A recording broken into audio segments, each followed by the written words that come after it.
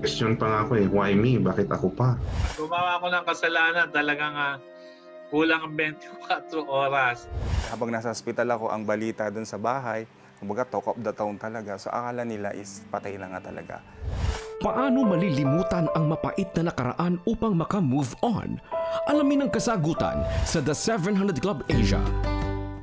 A very prosperous, abundant, and exceedingly blessed 2021 to all of you. May we all experience a 180 degrees turnaround in every area of our lives this new year. Amen. Whether our sufferings may have been caused by the coronavirus that hit us since the first quarter of 2020 or for any other reason, we can always look up to God for hope.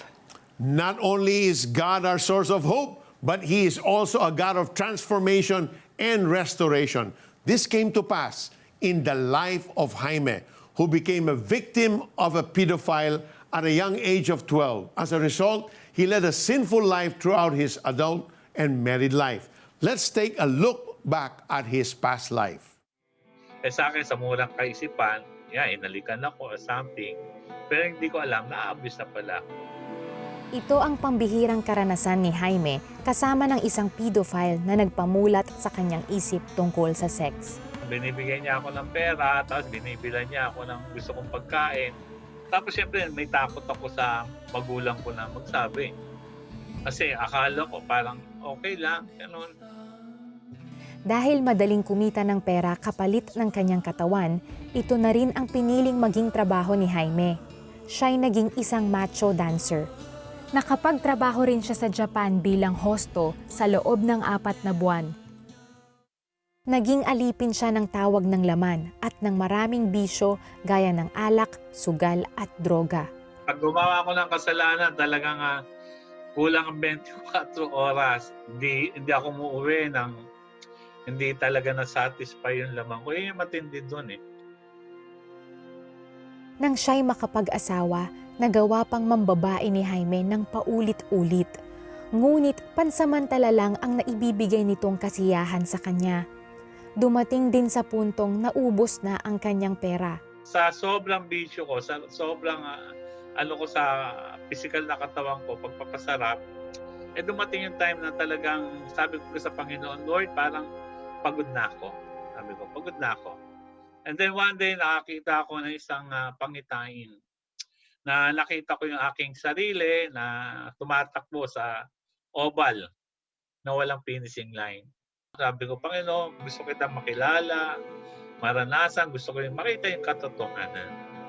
Hanggang sa isang araw, Nagtatalo kami mag-asawa doon sa tanghanan. Meron pala nakakarinig na Christian, si Sister Ted. One day, pinuntahan nila ako, kasama yung si Pastor Rene. At nag-share, tapos nag-pray kami dalawa. At that time, na umiiyak ako noon, buong puso ako nagsisisi sa Panginoon. nasagot sa araw na iyon ang hinahanap na kapayapaan ni Jaime. Nagdesisyon siyang isuko ang buhay kay Jesus at nagsisi sa mga kasalanan. Yung John 3:16, ang nagrema sa akin doon ay yung na gano'n na lamang ang pag-ibig ng Diyos. No? Kahit ano yung kasalanan mo, and then that time talagang kumilos ang banal na Espiritu sa akin at nakakilala ako sa Lord. Nagsimula siyang mag-aral ng Biblia at dahan-dahang tinalikuran ang mga bisyo sa tulong ng Panginoon.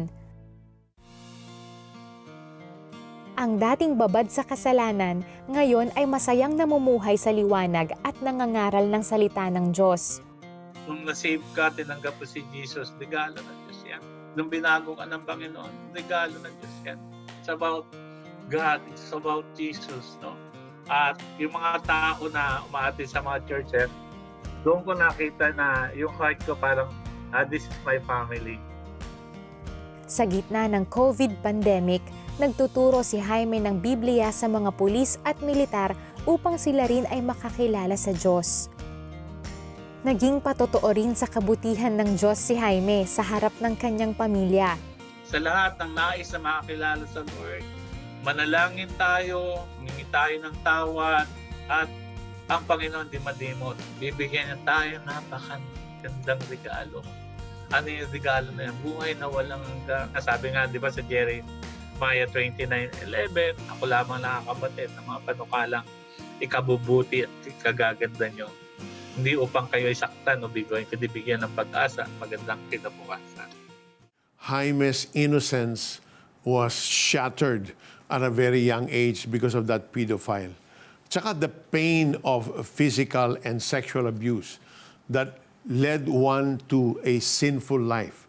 Addiction to drugs, alcohol, lahat na gambling and loneliness in marriage can sink a person down in a dark, dark pit. This sense of hopelessness or this utter despair of a person, any person, can be so powerful that he or she may believe, there's just no way out of this. But God can provide a way out. He can take us out from the dark. He can lift us and put us from the pit of desperation and translate us into His kingdom of light. And that's what He did in the life of Jaime. My friend, if you are living in the darkness of sin, lust of the flesh, addiction or rejection, and you want out, but you can't and don't know how, call upon Jesus. Repent now. Accept Him into your life. He will light up your way. He will transform you and restore you to what He originally purposed in your life. Start this new year with a clean slate. That's what God wants from you. If you want to do this, follow me in this simple prayer. Just say, my Heavenly Father, right this moment, Lord, I turn my back on my sinful, dark life, Lord, and I look at what you have done in the life of Jaime. Lord, I too desire that for my own life. So right now, Jesus, I come to you and I humble myself. I confess all my sins. I give you, Lord, my fears, my anxiety, my sinful past. And Heavenly Father, thank you that you sent your Son Jesus to die on that cross, to pay for all my sins. And through His death, He took away my sin. He took away my guilt, my shame, my fear, my pain from the past. Thank you, Lord, for healing me. And so right this moment, I open my heart's door and I invite you, Jesus, and say, come into my life, Lord Jesus, be my Lord. Come into my life, Lord Jesus, be my Savior. Starting today, I give you my life. My future is in your hands. Thank you for loving me. Thank you for saving me. I pray this prayer from my heart. In the name of Jesus. Amen and amen. Kung sumabay ka sa panalangin para tanggapin si Jesus bilang Panginoon at tagapagligtas at kung nais mong maipanalangin ka namin, please text YES space your name space location at ipadala yan sa 0919-0607-567. Kung sumabay kayo sa aming dasal at tinanggap ninyo si Jesus bilang Panginoon at inyong tagapagligtas, ito ang sabi ng Diyos sa inyo na matatagpuan sa Isaiah 43 verses 18 and 19. Ilibing mo na sa limot at huwag nang alalahanin pa ang mga nangyari noong unang panahon. Masdan mo, ako ay gagawa ng isang bagong bagay. Ito'y nagaganap na hindi mo pa ba makita? Gagawa ako ng isang daanan sa gitna ng desyerto at magkakaroon ng ilog sa lugar na ito. Ibahagi niyo sa amin ang napakahalagang desisyong inyong ginawa upang kapwa natin mapapurihan ang Panginoon. Tawagan niyo kami sa aming hotline number 8737-0700. Ang ating mga trained prayer counselors ay naka-standby 24 hours a day, 7 days a week upang sagutin ang inyong mga tawag. Ang aming Viber numbers ay 0949-888-8001 at 0943-144-4933. And to all our viewers via GMA Pinoy TV and TBN, you can contact us through Skype. Our Skype ID is the 700 Club Asia. You can also post your prayer requests and comments on our Facebook wall. You can chat with us live. Log on to our website, cbnasia.org/media center. And on your social media account, use the hashtag TSCA Forget the Past. When we come back, another story we featured in 2020 in which we saw the healing miracle of God in the life of Delmar, who went through 4 near-death experiences. Let's take a look back and find out how he survived all. Stay tuned for that. Ang word ni Lord ay isang tanglaw. Ilaw kapag madilim, para di ka maligaw. The best kung babasahin mo araw-araw. Ito ang Tanglaw, a devotional app where you can read and listen to God's Word anytime and anywhere. Madaming lessons and memes na madaling i-share. Made for you by friends who care. Get the Tanglaw app, available on January 1, 2021.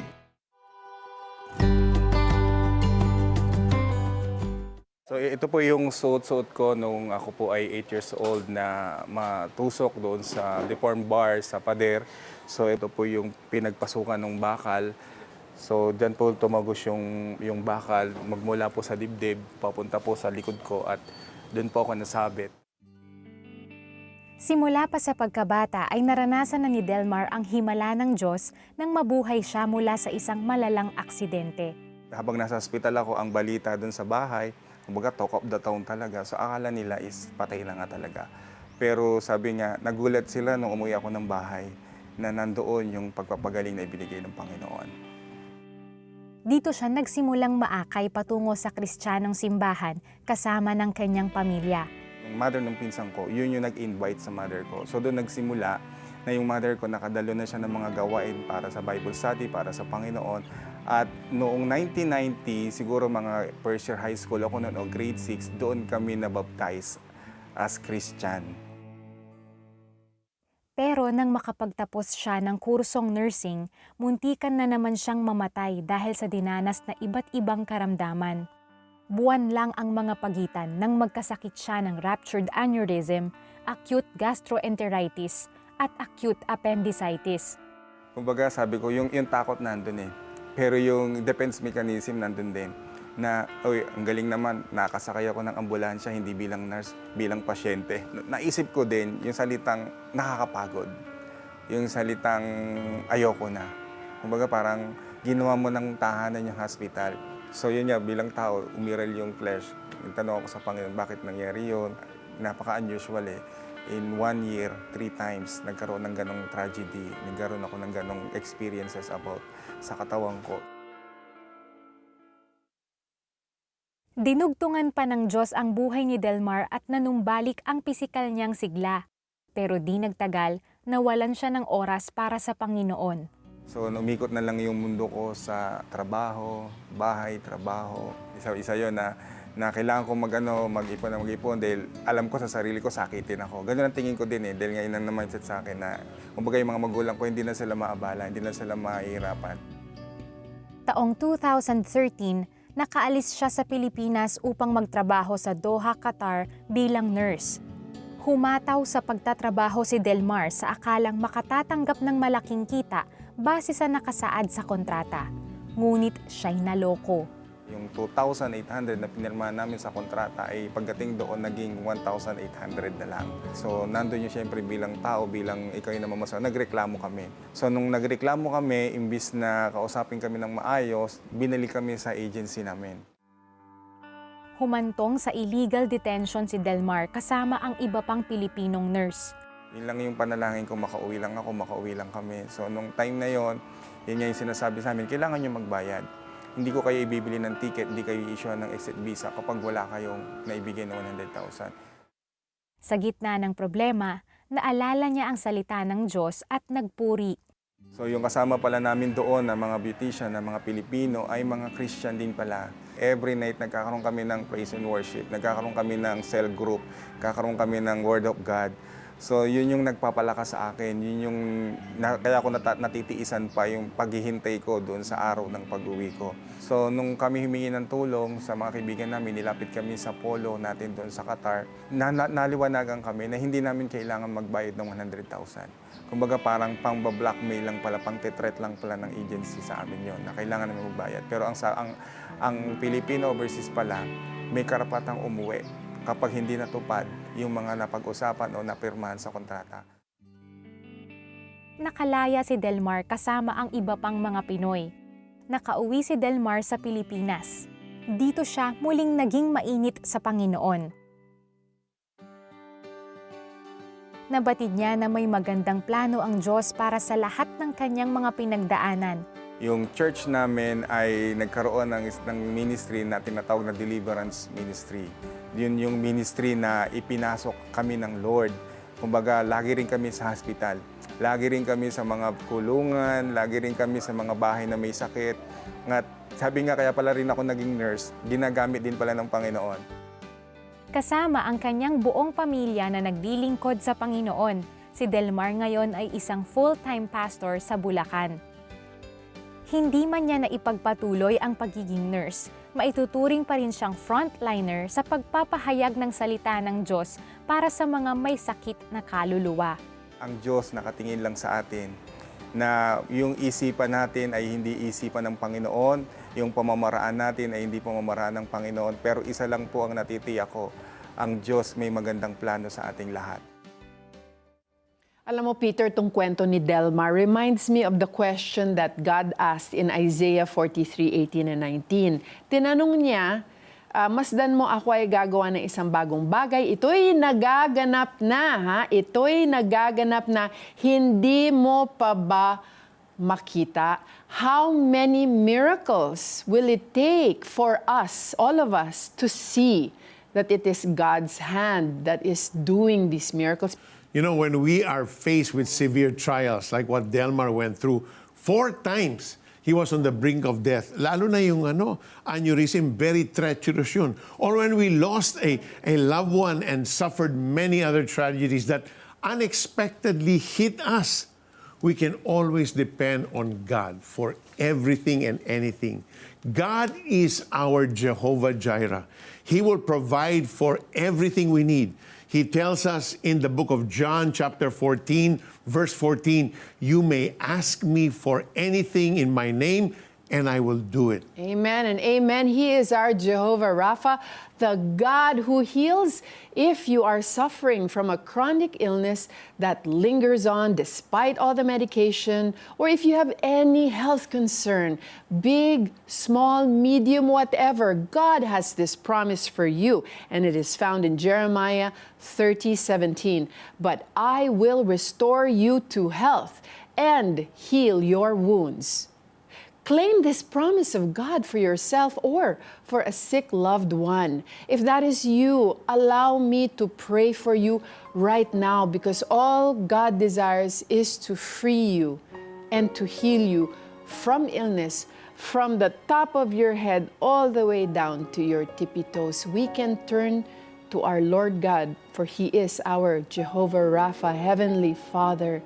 You are our great physician. You see every single heart who is lifted up to you right now in faith, trusting you for their healing, trusting you for that miracle, trusting you for the healing of their wounds, trusting you for change in their lives. Jesus Christ, I know that whoever looks upon you with faith in their heart will be healed, will be given that miracle, will be given that change that they need in their life. Father, look upon us right now and heal us. I feel that somebody is suffering from severe migraines. Receive your healing. The Lord is healing you right now. Somebody with palagi nag-aano yung throat mo, palagi kang may sore throat, hindi mo alam kung bakit. Chronic ito, pabalik-balik na sore throat. Palagi kang natatakot kasi iniisip mo, naku, baka COVID ito, pero hindi. The Lord God is healing you from that chronic illness once and for all. Somebody with severe pain, yung GERD. Akala mo, inaatake ka na sa puso sa sobrang tindi ng sakit dito sa dibdib. Nagre-radiate pa yan sa iyong shoulders. But that is GERD. And the Lord is even healing of you, healing it right at this very moment. Someone with severe pain dito sa stomach, the Lord is freeing you from your pain. Somebody with intestinal cancer, the Lord is freeing you from that. Somebody with restless legs, the Lord will free you from this. Every night, pag natutulog ka, sumisipa ang iyong paa, nagigising ka, but the Lord is going to give you rest tonight and you will sleep like a baby tonight and for the rest of your life in the name of Jesus. Yes, the Lord is healing someone right now from stomach cancer. The doctors have said that the cancer has spread through the other organs, but now He's releasing His healing touch on you, removing every cancer cell in your body. You are free from cancer. Receive that in Jesus' name. There's also someone, you had an accident and nagkakaroon ka ng numbness sa right leg nyo. Yung buong right leg nyo, you just feel numb. And there are times when you're in the middle, you're walking, all of a sudden, nagnanam siya. The Lord is removing that sensation and healing you supernaturally. Receive your healing in Jesus' name. Someone with very high blood pressure, it's always in the high 180s and 200. The Lord is stabilizing now your blood pressure. You're never going to have high blood pressure again. Receive that in the name of Jesus. There's also someone who nagkakaroon ka ng frequent panic attacks. You can be in the middle of your work and all of a sudden you freeze and you can't think straight. The Lord is removing that from your system and giving you His peace that surpasses all understanding. Receive that by faith in Jesus' name. Thank you, Lord. Ngayong bagong taon, may good news kaming ihahatid sa inyo. Our very own Peter Kairouz wrote this beautiful devotional book, Signpost. Peter, share naman, ano ba itong signpost? Well, these are mga insights that the Lord would give me every day, and I would post it on Facebook for I guess over a year. So ang ginawa ng ating anointed team dito is they put this all together with the scripture verses. So it's a daily devotional that you can use. Easy to read, easy to understand, Yes. very practical ang situations dito. I am looking at it right now and it's really easy to read. It's not like, punong-puno ng words Yeah. masyado and malulula ka sa dami ng words. It's just enough for you to, read something from God's Word. It's perfect for you, your family, and your friends. So, saan ito mabibili, Peter? Joyce, is available sa Philippine Christian Bookstores o PCBS. Pati na rin sa mga web stores in Lazada and Shopee. Those interested can add to cart or Add go to cart! Oo, Add to cart! go to Excited ako. PCBS Add to cart. outlets. Heto ang larawan ng masiglang si Frank sa kanyang trabaho bilang charge nurse sa England, United Kingdom. Pero nito lang March 2020, heto na siya, lumalaban para sa kanyang buhay matapos tamaan ng COVID-19. Yon ay sa kabila ng matinding pag-iingat niya sa kalusugan sa 20 years na pagtatrabaho bilang healthcare worker sa UK. Yung first na pumasok sa isip ko, no, it can't be. Kasi I'm the one looking after sick patients in the hospital. Some of them are already starting to show sign and symptoms of COVID. Kwento ni Frank, nasa duty siya nang una niyang maramdaman ang pananakit ng katawan. Nagawa pa niyang mag-lunch break at ipagpatuloy ang trabaho saka natuklasang mataas na ang kanyang body temperature. Parang may naputol na nerve sa likod ko eh. I decided na i-check yung temperature ko and then I noticed it's 38.2. And then I said to myself, oh, this might be it. Habang nasa bahay, dumanas din siya ng matinding ubo, pagkahilo at panlalambot ng katawan. In fact, there's one night I can remember, I have to really go to toilet kasi matagal na siguro akong hindi nag-toilet noon. But wala akong strength, so I have to crawl. Parang nag-crawl ako noon using my knee and hands. Tapos paupo ako na bumaba sa hagdan. Nagpasuri siya sa malapit na healthcare center pero hindi siya tinanggap maski sa ambulansya. Kaya ipinagpatuloy niya ang pag-quarantine sa bahay. Pero ang masaklap nito, nahawaan ng sakit ang kanyang asawa.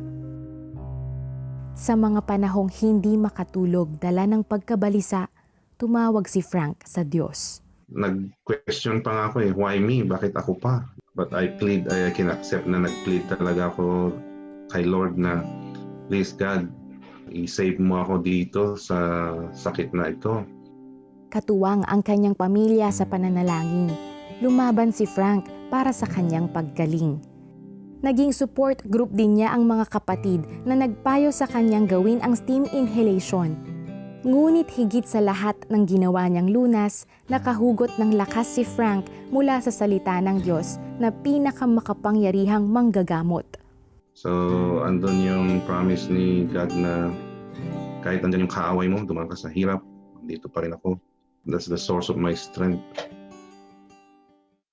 Matapos ang 18 araw, bumalik siya sa trabaho. Subalit muli siyang nakaramdam ng panghihina. Madali akong mapagod, masakit yung pag humingi ako ng malalim. Hanggang sa natuklasan na mayroon pala siyang pneumonia. I still prayed hard to God na malusutan ko pa rin to. Kahit man ganito na may sakit ako and I'm suffering, I still believe in you na you will pull me through to this illness. Nagpagaling siya sa loob ng 3 pang linggo bago siya tuluyang ideklara na negative sa sakit. Sa mahigit 1 buwan na pakikibaka sa COVID-19, tinuruan ng Diyos si Frank na patatagin ang pananampalataya at maging mapagpakumbaba. Ito rin ang kanyang ibinabaon sa muli niyang pagharap sa kanyang mga pasyente. Dapat hindi ka masyadong kumpiyansa sa sarili mo kasi yung nasa isip ko nung time na yun is malakas naman ako, I'm eating well, I'm doing my exercise. Dapat andun pa rin yung caution mo, malakas pa rin yung pananalig mo sa Diyos. Relationship to God really is very important. Wow. Alam mo, Peter, yung rejection na natanggap ni Franklin nung he was hinang-hina na siya at he had COVID, but then none of the hospitals or health centers would accept him. I think that's the same experience that Jesus went through when people just rejected him. No matter what miracles he did, people rejected him. And that hurts so much to be rejected. But our God is good because even if people reject you, whatever, there is no room in the inn for you, there's always room in God's heart for you, and He heals. He takes care of us. He ministers to us. Tama yan, Joyce. There's always room in the healing arms of our Lord Jesus Christ. And whatever difficulties we may have gone through this past year, God is telling us not to dwell on our past. He wants us to look forward and trust Him completely. He doesn't want us to even worry about our future. As He said in Matthew 6, verses 25 and 26, "Therefore I tell you, do not worry about your life, what you will eat or drink, or about your body, what you will wear. Is not life more important than food, and the body more important than clothes? Look at the birds of the air. They do not sow or reap or store away in barns, and yet your heavenly Father feeds them. Are you not much more valuable than they? Who of you, by worrying, can add a single hour to his life?" This 2021, while we are still battling the coronavirus, let us shift our focus from the concerns of life to the promises of God. Forget the past and look forward to a brighter 2021. Thank you all for watching. We hope that you have been given renewed hope by all the stories we featured on the show. God bless you more and more. Ngayong Martes, Muli nating balikan ang mga kwentong umantig sa ating puso mga kwentong puno ng inspirasyon. at mga kwentong hitik sa aral ng buhay. Ito ang mga kwentong pasok sa The Best of Tuesdays 2020. Tampok sa The 700 Club Asia. Martes, alas 12 ng gabi sa GMA.